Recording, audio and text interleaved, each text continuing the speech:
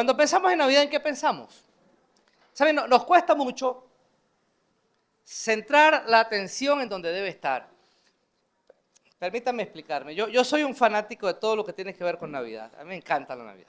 Me encantan las luces, me encanta la decoración, me encanta todo, los cantos de Navidad. Me gusta. Pero me preocupa algo de fondo y es que todo lo que adorna hoy la Navidad pudiera, sin que nos demos cuenta, robarle protagonismo al verdadero protagonista de la Navidad. Es decir, pudiéramos llenarnos de tantas luces que nos encandilemos y no veamos quién es el centro de la Navidad. Podemos llenarnos de tantos colores que nos deslumbremos y no veamos quién es el centro de la Navidad. Podemos llenarnos de tanta tradición que nos desviemos en la atención y no veamos quién es el centro de la Navidad. Para nosotros los venezolanos hay algo interesante, hermano. Navidad es comida. Yo no sé si a ustedes les pasa igual, pero cuando uno que se está acercando diciembre, uno dice, ay caramba, ya viene la comedera. Porque es que diciembre viene vinculado con comida, como sea, con excesos de distinto tipo. Y las comidas están muy bien. Y las hallacas son parte. ¿Saben? Yo ayer me comí, creo que es mi primera hallaca, mi segunda hallaca navideña. Pero cuando uno llega el 10 de diciembre y no ha comido una hallaca, uno dice, algo está pasando. Algo no está bien porque ya es 10 de diciembre y no he comido hallaca. Porque la hallaca es parte de lo que uno lo lleva a identificarse con la Navidad. Y está bien que podamos compartir. Hemos llevado la Navidad a temas como esto, ¿no? Navidad es reunión en familia. Y qué genial que la familia se reúna siempre. Va a ser bueno que la familia se reúna. Navidad es amor. Siempre es bueno que nos amemos. Navidad es compartir. Siempre es bueno compartir. La Navidad es regalo. Bueno, siempre es bueno recibir regalos. Eso es verdad. Ahora, pero no es eso la Navidad. La Navidad tiene que ver con algo mucho más complejo, más profundo. Aquí nosotros en Venezuela estamos como muy llenos de tradiciones que ni nuestras son. Permítanme decirles algo, ni siquiera el nacimiento, yo sé que hay algunos defensores del nacimiento, ¿no? Pero el nacimiento que se hace en las casas con casitas y cositas y metemos los animalitos y ponemos al niño Jesús el 24 a las 12 de la noche, esa cultura no es nuestra, ni siquiera es nuestra. Y si alguien se para y dice, pero es lo más bíblico, no sé, porque los nacimientos nuestros tienen hasta los Reyes Magos. Y los magos no llegaron al pesebre. Mano, estamos llenos de cultura y de tradición y es complejo decir que alguna fuera nuestra, pero también decir que están mal es tonto. ¿Saben? Si el tema del arbolito fuera nuestro, no fuera un pino, fuera una mata de mango. A un cují, bueno, para allá le salió el regionalismo allá viene, a un cují. Mano, porque es que el mango para nosotros es la fruta capital. O sea, cuando es temporada de mango, mano, la cosa cambia. Aquí en Venezuela los rostros cambian. Pues, el mango es una mata oficial para nosotros. Pero no es un pino. El pino para nosotros... Pero lo decoramos. Y nos sirve para todo lo que mencionamos anteriormente. Bueno, nos une en familia, decora la casa, nos ubica en una temporada. Y nada de eso está mal. El problema de fondo es que alguna de estas cosas, o la suma de todas estas cosas, nos lleven a perder la vista de qué es realmente la Navidad. La Navidad ni siquiera es el niño Jesús acostado en un pesebre. Eso es una fotografía muy vaga de lo que es la Navidad. ¿Saben? Decíamos la semana pasada que la Navidad tiene un centro y es que el Verbo se hizo carne y habitó entre nosotros. Más que cualquier otra cosa. Lo importante de la Navidad es que en Cristo Dios nos dio lo que tú y yo necesitábamos para poder salir del problema más grande que teníamos como humanidad. Celebramos la venida de Cristo, quien es nuestro Salvador y nuestro Señor.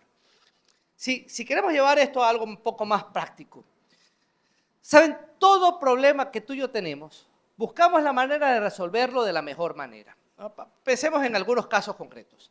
O sea, si alguno tiene algún problema en su carro, con su vehículo, vas a buscar un mecánico. Entonces, no vas a buscar un médico para que resuelva un problema mecánico. Ahora, el problema mecánico Vas a tratar de buscar referencias de los mecánicos que pudieras tener a tu alrededor para garantizar que te va a resolver efectivamente el problema.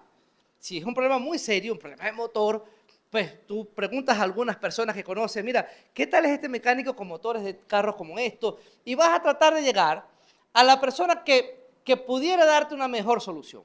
Si el problema es de salud, vas al médico.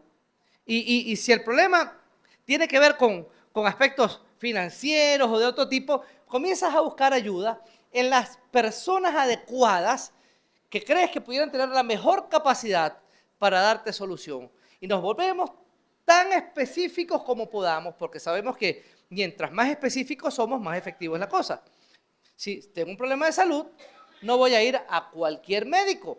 Voy a ir al médico o al especialista que ha estudiado y se ha preparado para resolver específicamente el problema que tengo. Daniela es neurólogo, pero si tengo un problema estomacal y voy con Daniela, Daniela seguramente me va a decir, conozco un gastroenterólogo mejor. Vaya con el gastro. ¿Por qué? Bueno, porque él se ha preparado para un problema efectivamente estomacal y pudiéramos ahí ser todo lo efectivo y lo más preciso que pudiéramos llegar a ser. Porque queremos que las soluciones que tengamos en nuestra vida, esas soluciones sean lo más efectivas. ¿Saben? El ser humano tiene un problema que va mucho más allá que cualquier otro problema que podamos experimentar. Puede sonar loco esto que voy a decir y para algunos pudiera sonarle hasta tal vez un poco chocante. Yo no sé cuál es la situación que todos y cada uno de los que estamos aquí pudiéramos estar viviendo. Cada uno lo interpretará de acuerdo a su experiencia.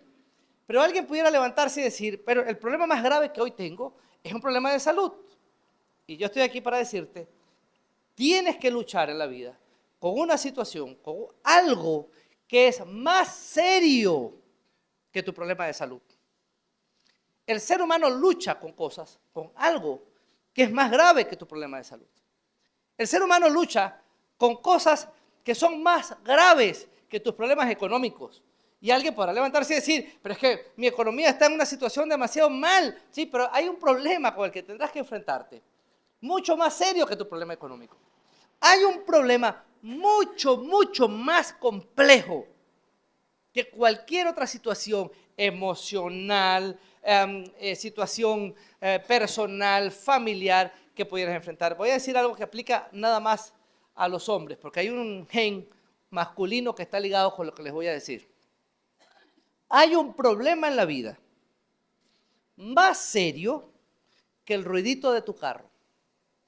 ¿Saben? Los hombres que tenemos carro, cuando nuestro carro tiene un ruido, es un tormento. Cuando, ¿sabes? Te montas en el carro y hay un ruido que no tenía y ahora tiene, y lo escuchas, Dios mío, ¿qué será? Y abres el capó y miras el capó, y los que no sabemos mucho de mecánica, miramos el poco de cables y las cosas que están allí, y uno dice, Dios, sigue sonando. Y te acuestas y te levantas al día siguiente esperando que en la noche, de alguna forma, el carro deje el ruidito. Y si se te monta alguien en el carro y te dice, oye, este carro tiene un ruidito raro. Ay, listo, mano. Esa persona acaba de arruinarte el día. Y aun cuando eso tenga la capacidad de quitarnos el sueño y ponernos a pensar a las 2 de la mañana, ¿qué será el ruidito aquel? ¿Saben? Hay un problema más serio que tu ruidito. El ser humano enfrenta problemas más serios que ese. Y permítame decirle cuál es el problema más serio que la humanidad ha enfrentado, enfrenta y continuará enfrentando hasta el final de los tiempos. Ese problema es el pecado. Es el problema más serio que el ser humano tendrá que enfrentar siempre, siempre, siempre. El pecado. El pecado es la causa por la cual nos enfermamos y morimos. ¿Sabían ustedes que antes de que el pecado entrara en la humanidad, el ser humano no moriría? Adán y Eva no fueron diseñados para morir. Por eso la muerte nos resulta tan compleja, tan inaceptable, porque el ser humano no fue diseñado para morir. Y cuando Adán toma aquel fruto, que por cierto no era una manzana, era un fruto, no sabemos cómo era, pero cuando él desobedece la orden directa de Dios, el pecado se introduce en la humanidad. Y este hombre ahora pecador La sentencia era, el día que comas de ese árbol, de cierto, morirás. Pero ¿saben? Adán no cayó envenenado por el fruto. Vivió, siguió viviendo, pero con una condición distinta. La palabra muerte habla de separación. Y permítanme plantearles cómo aplica esa separación a lo largo de la historia del hombre. En lo que el hombre come, o Adán come de ese fruto, inmediatamente ocurre una separación entre él y Dios. Esa relación plena que tenía con su creador se rompe. Y hay una separación entre Adán y Dios. Y todos nosotros fuimos concebidos en pecado.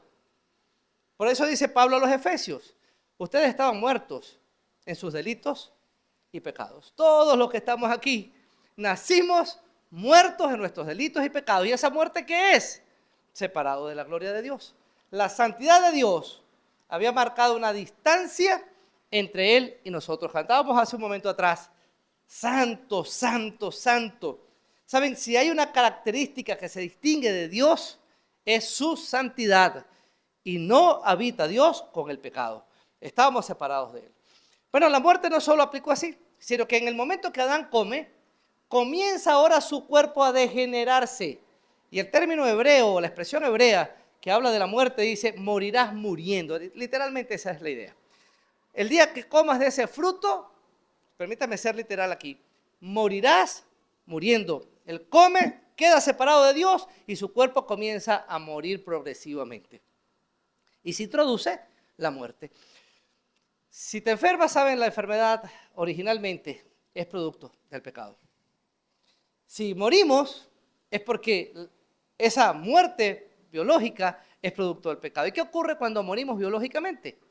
Nuestra alma se separa del cuerpo. Les dije, muerte es separación. Allá espiritualmente separado de Dios y ahora físicamente, cuando alguien muere físicamente, su alma se separa del cuerpo. Y la Biblia también habla de una tercera muerte, la muerte eterna. Y es cuando aquellos que mueren sin Cristo son juzgados, pasarán una eternidad separados para siempre de la gloria de Dios.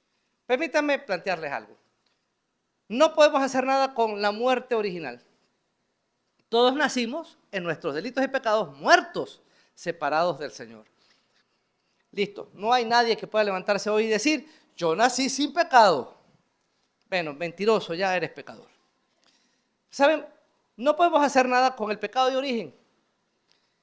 Pero sí podemos hacer algo con esa separación eterna que habla la muerte eterna.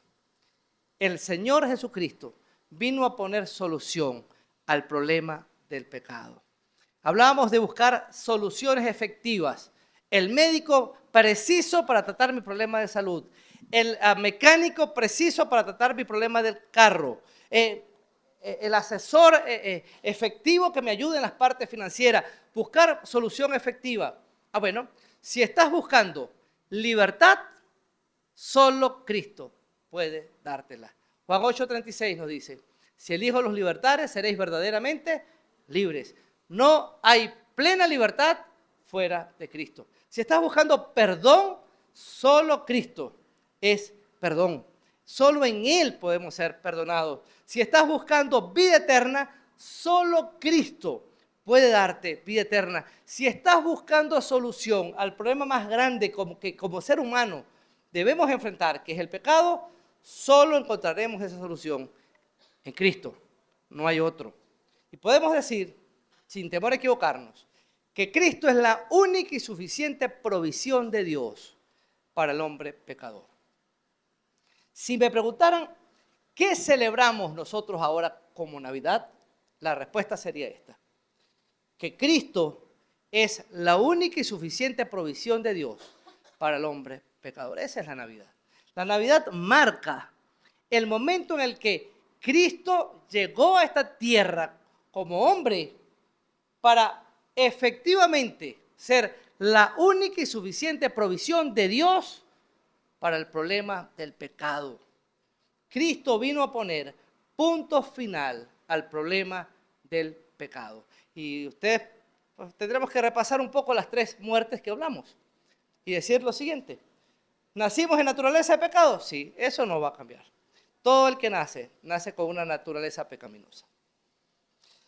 Si Cristo no viene antes, le tengo malas noticias. Todos los que estamos aquí moriremos y nuestra alma se separará del cuerpo. Ahora, la solución que Cristo viene a traer es para la muerte eterna. No tienes que dejar esta tierra condenado para la eternidad, porque en Cristo puedes tener vida y vida en abundancia. Y la intención en este planteamiento es, puedes llegar a obtener en Cristo la libertad, el perdón y la salvación que cuando partas de esta tierra te garantiza seguir teniendo vida eterna en Cristo Jesús. Esa solución solo es posible en Cristo. Y si alguien me preguntara, ¿y no es posible otro medio? No lo es. ¿Por qué? Porque a Dios le plació que el único camino que nos llevara al Padre, nos reconciliara con Él y que nos diera vida eterna es Cristo. Juan 14:6, el Señor se describe a sí mismo de esta forma. Yo soy el camino y la verdad y la vida. Y nadie viene al Padre si no es por mí. A mí me llama mucho la atención la forma como el Señor construyó ese pequeño versículo, esa pequeña frase. Porque no dice, yo soy el camino, permítame ser literal en esto, y la verdad, y la vida. Y no dice, y nadie va al Padre. Sino dice, y nadie viene al Padre. Porque yendo a Cristo, llegamos al Padre. Entonces hay que ir a Cristo, yendo a Cristo, llegamos a esa reconciliación plena con el Padre. Muy bien, esa es la verdadera Navidad. Y si las luces y la comida y la tradición y lo que hacemos nos dispersa de esa verdad, estamos fallando. Sería como invitar a un grupo de personas a nuestra casa para celebrar nuestro cumpleaños y la gente llega a nuestra casa y al llegar allí comienza a exaltar la decoración y diga, wow, qué torta tan espectacular, y se coman la torta, se tomen los refrescos, se lleven todo, voy a decir algo que no acostumbramos a decir. ¿Saben? Cuando uno invita a gente para su casa, uno celebra y disfruta, pero la verdad que cuando se van, la cosa se pone complicada porque dejan los vidrios. Ahora toca fregar lo que dejaron, recoger, qué alegría que viniste, pero bueno, cuando te fuiste dejaste todo lo que dejaste. Ahora imagínense que alguien va a tu casa a celebrar tu cumpleaños, no te cantan cumpleaños, se comen la torta, se comen todo lo que hay, dejan lo que normalmente se queda cuando un grupo de personas va a tu casa, se van y nadie ni siquiera te reconoció. Es más, te ignoraron toda la noche. Hey, vinieron porque yo estoy cumpliendo años. Pero simplemente no te tomaron en cuenta. ¿Saben? Cuando dejamos que todo lo que hay alrededor de lo que es para nosotros hoy la celebración de la Navidad nos lleve a perder el centro de Cristo, estamos haciendo exactamente lo mismo. Estamos ignorando a la razón de ser de la Navidad. Y la razón de ser de la Navidad es que la luz vino al mundo. Es que el Verbo se hizo carne. Es que Cristo vino para darle salvación a los pecadores. No hay otra. No ignoremos al centro de la verdadera celebración. Él es la solución al problema más serio que nosotros podamos tener. ¿Qué celebramos en la Navidad? Bueno, que Cristo es la única y suficiente provisión de Dios para el hombre pecador. Ahora, quiero invitarlos de boca de Juan el Bautista, de un hombre que vino a preparar el camino para el ministerio terrenal de nuestro Señor Jesucristo. Vamos a ver de él dos cualidades de Jesús que Juan el Bautista destaca y que nos hacen ver de forma muy clara que Cristo realmente es la solución de Dios para poner fin de manera efectiva y definitiva al problema del pecado. Vamos a Juan, el Evangelio de Juan, capítulo 1, versículo 29. Juan 1, 29. ¿Saben? Lo tengo aquí en la NBI. Gracias, Daniela. Ya Daniela lo colocó allí en la imagen. Juan el Bautista comienza su ministerio antes que Jesús. No sé si recuerdan la anunciación de ambos. Elizabeth, madre de Juan, 6 meses antes sale embarazada. O sea que entre Juan y Jesús había como 6 meses más o menos de diferencia de edad. Mayor Juan que Jesús. Comienza su ministerio y Juan comienza predicando el arrepentimiento. Mucha gente le seguía, pero los líderes religiosos comenzaron a ver en Juan el Bautista un problema. ¿Quién es este hombre que está predicando el arrepentimiento? Mucha gente lo sigue, la gente se bautizaba y Juan estaba predicando, preparando lo que sería el camino para Jesús. Los líderes religiosos se sienten inquietados con él y mandan una comisión para preguntarle a Juan, Juan, ¿eres tú el Mesías? En el tiempo de Jesús y un poco antes, se habían levantado muchos hombres diciendo, yo soy el Mesías, yo soy el Mesías. Y cada uno de ellos pretendía ser el Mesías. El Mesías es el gran libertador que los judíos esperaban. Bueno, le mandaron a preguntar a Juan si él era el Mesías. Permítanme plantear de forma clara las posibles respuestas. Si Juan decía, sí, soy yo, lo iban a acusar de ser un loco más, uno de tantos más. Y ya iban a buscar la manera de hacer que su predicación perdiera sentido. Pero la respuesta de Juan fue, no, no lo soy. Yo estoy aquí preparando el camino de alguien que es mucho mayor que yo. No, no soy yo. Al día siguiente de esa pregunta, nos conseguimos con el versículo 29. Al día siguiente, Juan vio a Jesús que se acercaba a él y dijo, aquí tienen al Cordero de Dios que quita el pecado del mundo. Hermanos, tenemos en nuestra mente la imagen de Cristo en el pesebre y ahí dejamos la cosa en la Navidad. Pero Juan nos está hablando de algo distinto. Nos está diciendo, ¿saben? La Navidad te debería celebrar que aquí tenemos al Cordero de Dios que quita el pecado del mundo. La primera cualidad que destaca Juan de nuestro Señor Jesucristo es que Él es el medio, el único medio dado por Dios para nuestra libertad.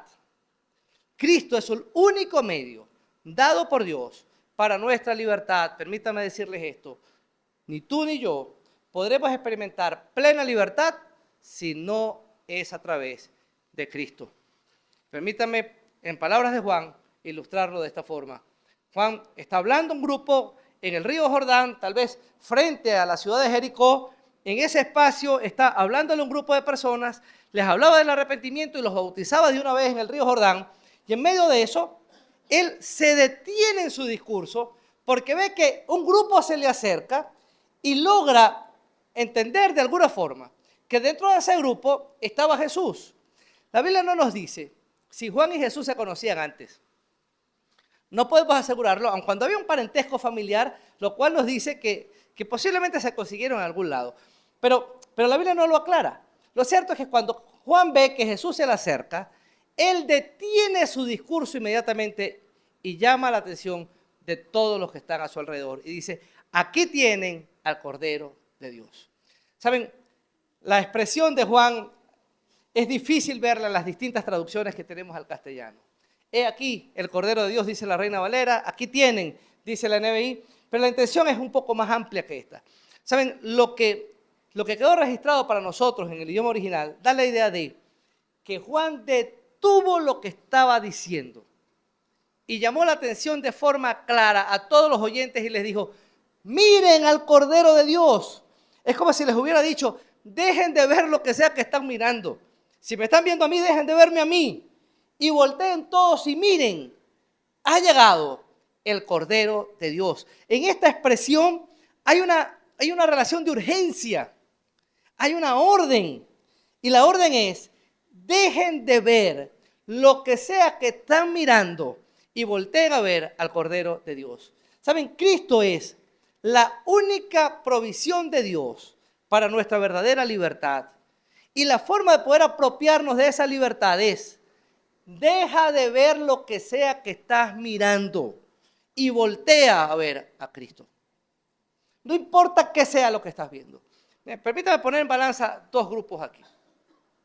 Si alguien esta mañana no ha tenido un encuentro personal con Cristo, permítame decirte que no vas a poder experimentar perdón y vida eterna si no dejas de mirar lo que estás mirando y comienzas a mirar a Cristo. Cuando digo dejas de mirar lo que estás mirando, me refiero a esto. No es la religión que has seguido lo que te hace salvo. No es las prácticas que acostumbras a hacer lo que te hace salvo. No es si eres buena o mala persona lo que te hace salvo. No es lo inteligente que pudieras llegar a ser, ni lo mucho que pudieras llegar a tener. Lo que te lleva a Cristo es que dejes de mirar lo que sea que estás mirando y voltees tu rostro y mires a Cristo, el Cordero de Dios que quita el pecado del mundo. Ahora, pero permítame plantear el otro lado de la balanza, porque muchos que hemos depositado nuestra confianza en Cristo, seguimos sin experimentar en la práctica, de hecho, esa libertad que Cristo ganó para nosotros. ¿Y cómo aplicaría allí la cosa? Bueno, podemos llegar a Cristo, podemos haber reconocido a Cristo, pero en nuestro andar diario le comenzamos a perder la mirada a Cristo. ¿Saben cuándo pasó eso? No sé si recuerdan el evento. Pedro en la barca. Hemos dicho en varias ocasiones, Pedro llegó más lejos de lo que muchos de nosotros hubiera podido llegar. Vamos a ser claros. Está una gran tempestad levantada en medio del mar de Galilea. Los discípulos creen que van a morir. Jesús viene caminando a ellos sobre el mar. Pedro ve la imagen. El Señor se presenta y les dice, no tengan miedo, soy yo. Tengan ánimo. Y Pedro le dice, Señor, si eres tú, haz que yo vaya a ti caminando sobre el mar. Y el Señor le dice, bueno, vente. Pero se baja de la embarcación. Ninguno de nosotros hubiera llegado hasta allí. Créanme, no hubiéramos llegado allí. Pero Pedro se baja de la embarcación y mira al Señor y camina sobre el mar. Pero pasó algo. Las olas no dejaron de levantarse. Y dice Mateo que cuando Pedro dejó de mirar al Señor y comenzó a ver el tamaño de las olas que se levantaban a su alrededor, tuvo miedo y se hundió. ¿Saben? Juan está diciéndonos aquí algo bien interesante. No sé qué sea lo que estás mirando hoy, pero deja de verlo y centra tu mirada en Cristo. He aquí, ese he aquí, no lo tomemos como simplemente una presentación muy formal. Es un llamado de atención, es una orden, es una advertencia casi. Deja de mirar lo que estás mirando y mira a Cristo. ¿Sabes por qué la libertad que Cristo ganó para ti no se ha hecho efectiva al 100% en tu vida? Porque hay áreas en tu vida en las que antes de mirar a Cristo, estás mirando a otra cosa. Tus propias fuerzas, tus propias cuentas, tu propia capacidad, tus recursos, a lo mejor tu concepto de la religiosidad. No estás mirando a Cristo. ¿Qué problema? Saben, hay una pregunta que tú y yo debemos respondernos. ¿Quién es Cristo para ti? ¿Quién es Cristo? ¿Saben? Porque si Cristo es el niño Jesús, estás en serios problemas. No podemos ver la solución que tenemos en Cristo porque no conocemos a Cristo. Y Juan el Bautista llama la atención de sus oyentes y nos llama la atención también a nosotros hoy, nos dice, voltea y comienza a mirar a Cristo. ¿Saben? Muchos cristianos no conocen a Cristo. Es el gran problema. El Señor lo dijo en estos términos. Mi pueblo perece por falta de conocimiento. Tienes la fuente de la libertad allí, pero no te estás apropiando de ella. Bolívar lo dijo también en palabras interesantes. Me gustan las de Bolívar también. Se nos ha sometido más por la ignorancia que por la fuerza. Y lo mismo aplica al pueblo de Dios hoy. Muchos cristianos están arrastrados luchando con pecados que no logran resolver porque no conocen a Cristo. Yo no sé si a alguno le ha pasado, yo no sé cuántos aquí, no me vayan a decir, no nos pongamos de manifiesto, pero ¿cuántos tomamos más de un medicamento? ¿Saben? Cuando uno tiene que tomar varias pastillas a la misma hora o con un tratamiento de cierta condición, se vale de un pastillero. ¿Han usado alguna vez un pastillero? El pastillero usualmente está dividido por los días de la semana y usted puede ir llenando cada casetica con las pastillas que debe tomarse para que no se olvide de tomárselas. Pero no sé si a alguien le habrá pasado alguna vez que a lo mejor cambió de laboratorio de la pastilla y lo que sea, pero tomas más de una y las dos son exactamente iguales. Todas redondas, todas blancas, con una rayita por el medio. Yo no entiendo por qué, habría que preguntarle a un farmacéutico por qué. Pero todas las pastillas tienen por alguna razón que ser idénticas. Son todas blancas, redondas, con una rayita por el medio. Entonces resulta que son dos para tratar cosas totalmente diferentes, pero te descuidaste en el momento de colocar las pastillas y no sabes si la que está allí colocada el día lunes es para una cosa o es para otra. Y como no sabes, no te sientes seguro de lo que está allí. Y como no estás seguro de lo que está allí, no te atreves a tomártelo porque no sabes si realmente tienen la capacidad de tratar aquello por lo cual están allí. ¿Saben? Nos pasa lo mismo con Cristo. No conocemos al Cristo de la Biblia. Y como no lo conocemos, lo vemos y nos preguntamos, ¿será que sí? ¿Será? ¿Esta era del corazón o era la de, no sé, cualquier otra cosa? La de la memoria. Evidentemente la de la memoria no te la has tomado. Pero ¿cuál es? Y no vemos a Cristo como el medio que el Señor nos dio para poder obtener la libertad, porque no lo conocemos. Hermanos, el primer llamado que vemos en esta pequeña frase de las palabras de Juan el Bautista es: deja de ver lo que sea que estás viendo. Estoy muy centrado en mi trabajo. Deja de ver lo que sea que estás viendo. Estoy muy centrado en mis problemas. Estoy hundido en mis problemas. Deja de ver lo que sea que estás viendo. Pues llegué a una etapa en mi vida en la que estoy sacando cuenta y veo que no he logrado lo que quisiera. Deja de ver lo que sea que estás viendo. Y comienza a mirar a Cristo. Ahora, cuando volteamos y vemos a Cristo, ¿saben? Juan dice, voltea y mira al Cordero de Dios. Qué presentación tan curiosa la que hace Juan. Mira al Cordero de Dios. Para el judío, el cordero era un animal sumamente común que estaba muy relacionado con la vida religiosa, la vida espiritual. No sé cuántos de los que estaban allí posiblemente voltearon esperando ver literalmente a un cordero. Pero el cordero era parte habitual de la vida del judío. Se sacrificaba un cordero una vez al año en la Pascua y se comía el cordero recordando la liberación de Egipto. Se sacrificaba un cordero una vez al año para el perdón de los pecados de todo el pueblo. 2 veces al día se ofrecía sacrificios de corderos en el templo, con la intención de mantener esa relación abierta entre el hombre y Dios. Así que el cordero era parte de la cotidianidad. Ahora, Juan presenta un cordero distinto a todos los corderos anteriores. Este es el cordero de Dios. Qué diferente, qué diferente. Los demás eran los corderos de la ley. Ahora, este es el Cordero de Dios. El Cordero de Dios tenía que llevar a los judíos a pensar en lo siguiente. ¿Saben? 430 años estuvo Israel esclavo de Egipto. Y en el momento culminante, después de 9 plagas, ya en la 10ª plaga, para romper el brazo de Faraón y el Señor liberar a su pueblo, manda matar un cordero y con su sangre pues llenar los marcos de la puerta de cada una de las familias de los judíos. Y ahora ese cordero representa la liberación de 430 años de esclavitud.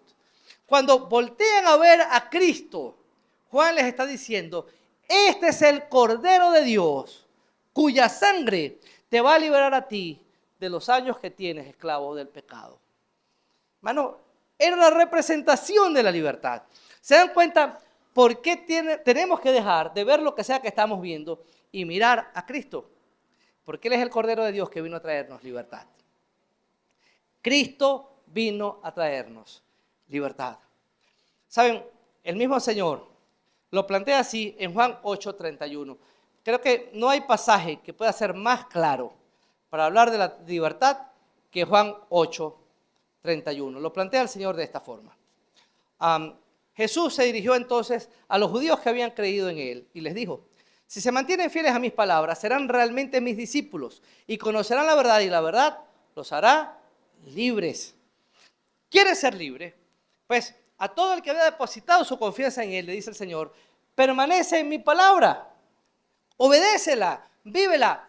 Una forma distinta de decir, mantén tu mirada puesta en mí. mírame, mírame. No mires lo profundo del vacío, no mires lo grande de las olas. Mantén tu mirada en mí, mírame. Si te mantienes en mis palabras, vas a vivir como un discípulo mío.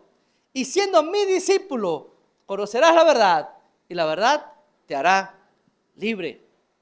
Hermanos, no somos libres porque no estamos caminando de la mano del Señor. Pero en los oyentes habría alguno, espero que aquí no haya ninguno que piense así, pero es muy probable que lleguemos a esto. ¿Saben? Dentro de los oyentes había un grupo de personas, el versículo 33, que respondieron a este planteamiento.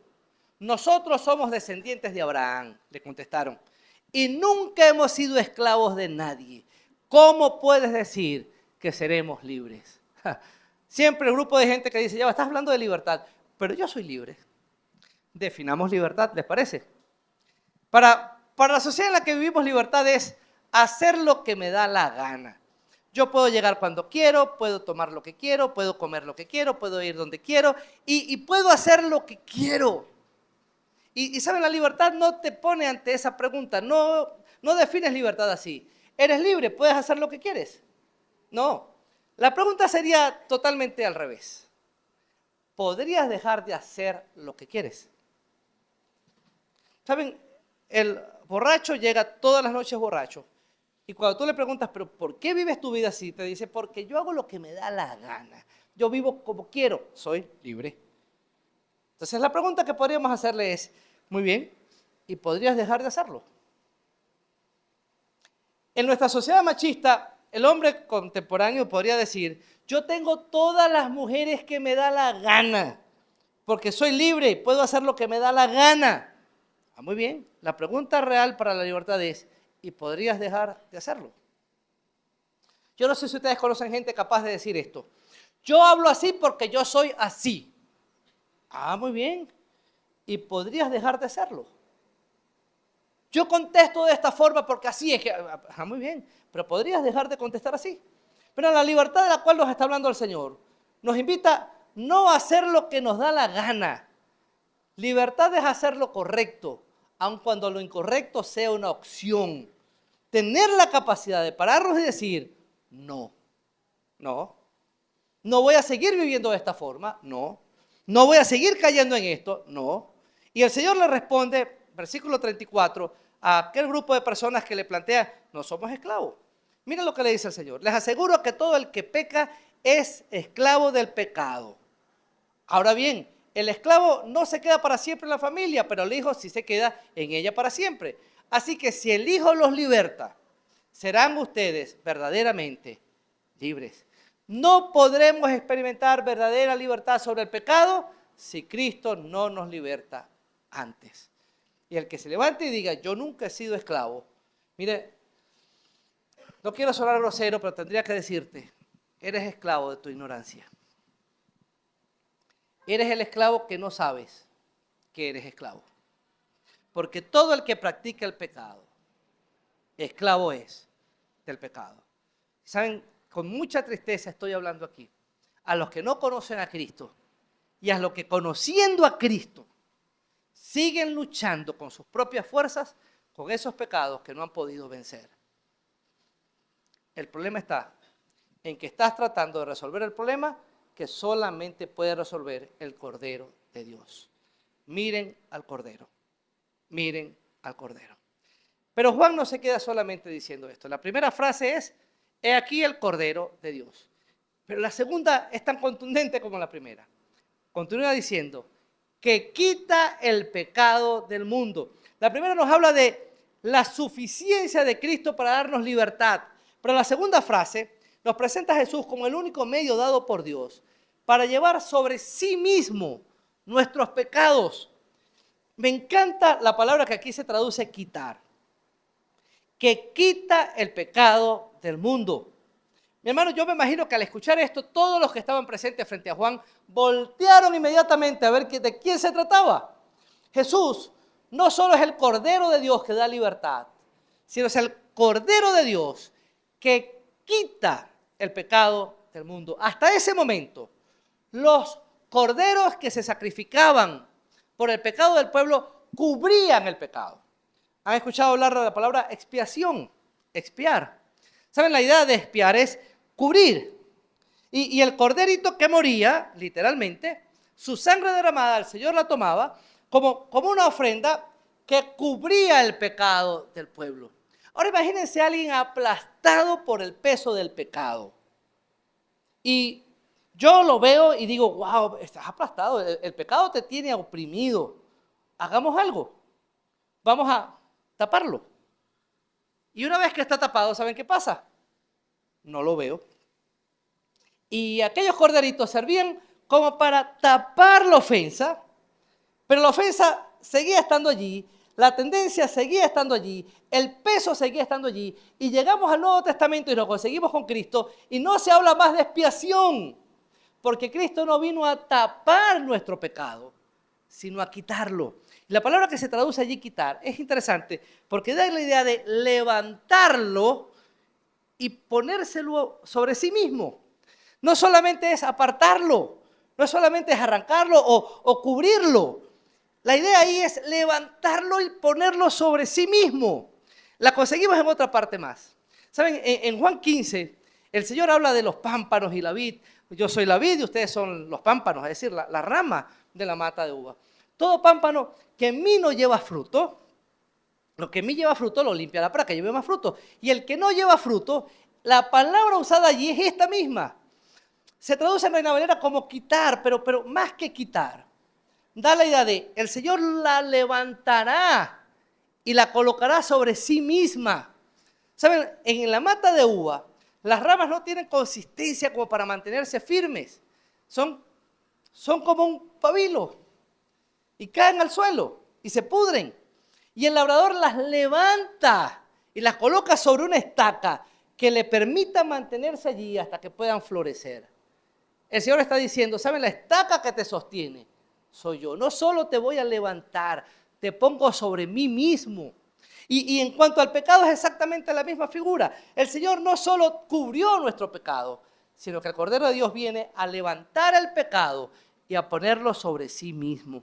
Y cargó nuestro pecado y lo llevó a la cruz. Y nuestros pecados fueron todos pagados en la cruz del Calvario. Hermano, qué tremendo. Porque el niño que nació en Belén es el Cordero de Dios que levanta sobre sí mismo tu pecado y mi pecado para que tú y yo no tengamos que seguir cargando más con eso. O sea que podríamos llegar al Señor y decirle, Señor, yo toda mi vida he luchado con este pecado. Yo toda la vida he luchado con esta conducta. Yo toda la vida he luchado con esto.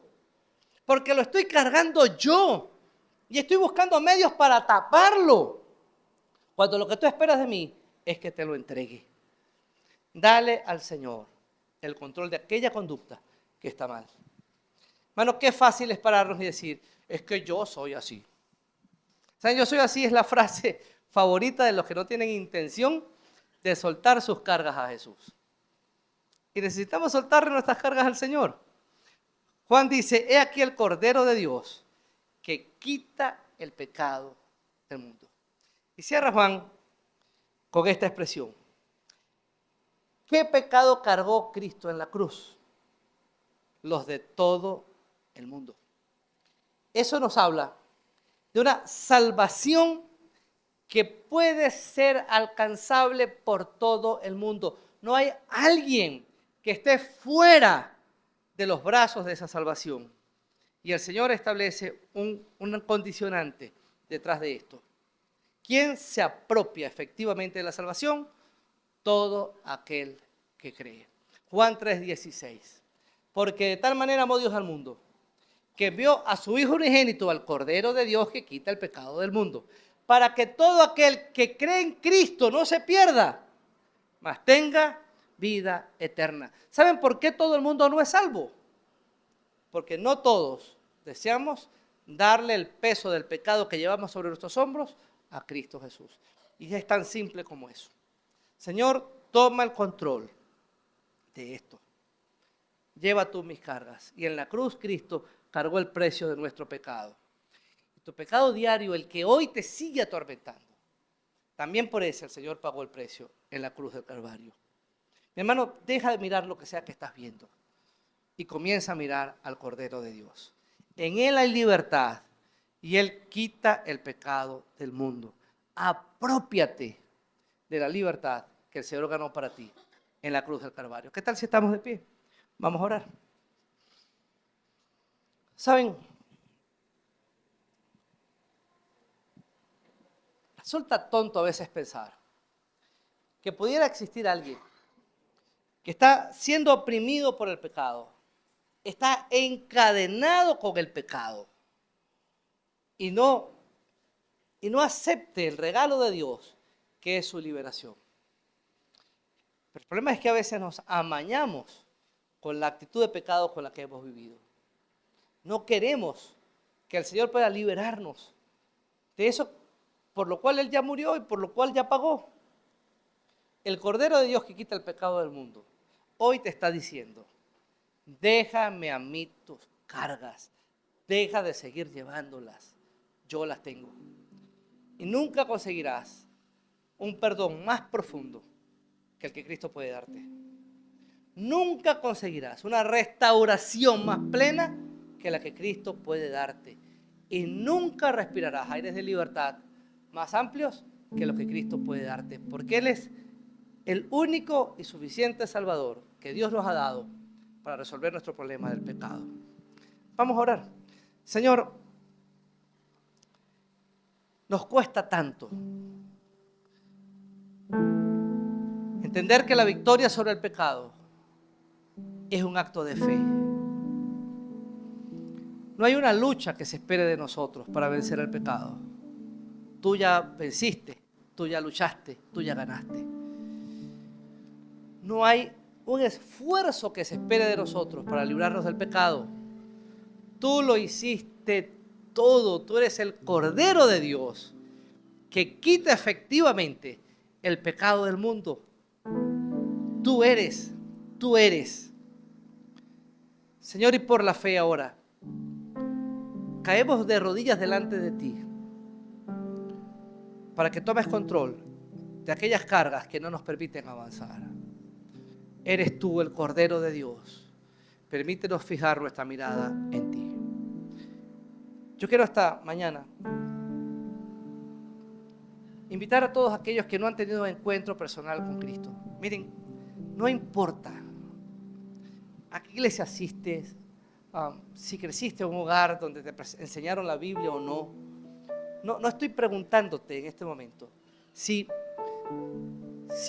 profesas alguna religión o si no profesas ninguna religión. Lo que estoy poniendo delante de ti es lo siguiente.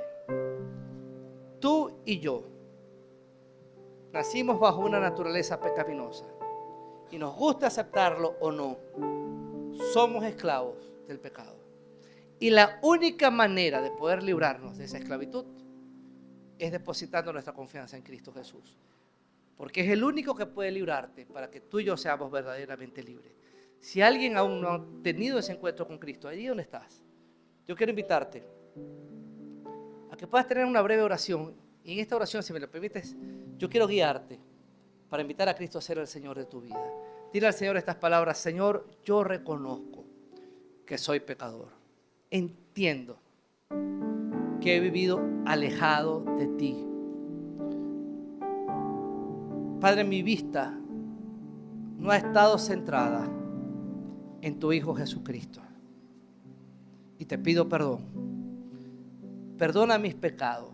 Y a partir de hoy, hazme una nueva persona en Cristo Jesús. Amén. ¿Saben quién hizo esta oración? Ha volteado su mirada para centrar su atención en el Cordero de Dios. ¿Y saben qué va a hacer Él contigo? Va a llevar sobre sí mismo, sobre sus hombros, tus faltas, tus pecados. En Cristo tienes perdón, tienes libertad y vida eterna. Ahora, iglesia, quiero invitarte a que reflexiones en lo siguiente. Para aquellos que tenemos a Cristo y que en algún momento le depositamos nuestra confianza a Él, la pregunta clave es esta: ¿estás viviendo tu vida cristiana con tu atención puesta en Cristo? ¿O te estás mirando a ti mismo? ¿O estás mirando a tu entorno? ¿O estás mirando lo que crees que deberías tener y no tienes? ¿Dónde está puesta tu atención? Hermanos en Cristo, quiero hoy llamarles la atención para decirles las mismas palabras de Juan. Dejen de ver lo que sea que están viendo y centren su mirada en Cristo.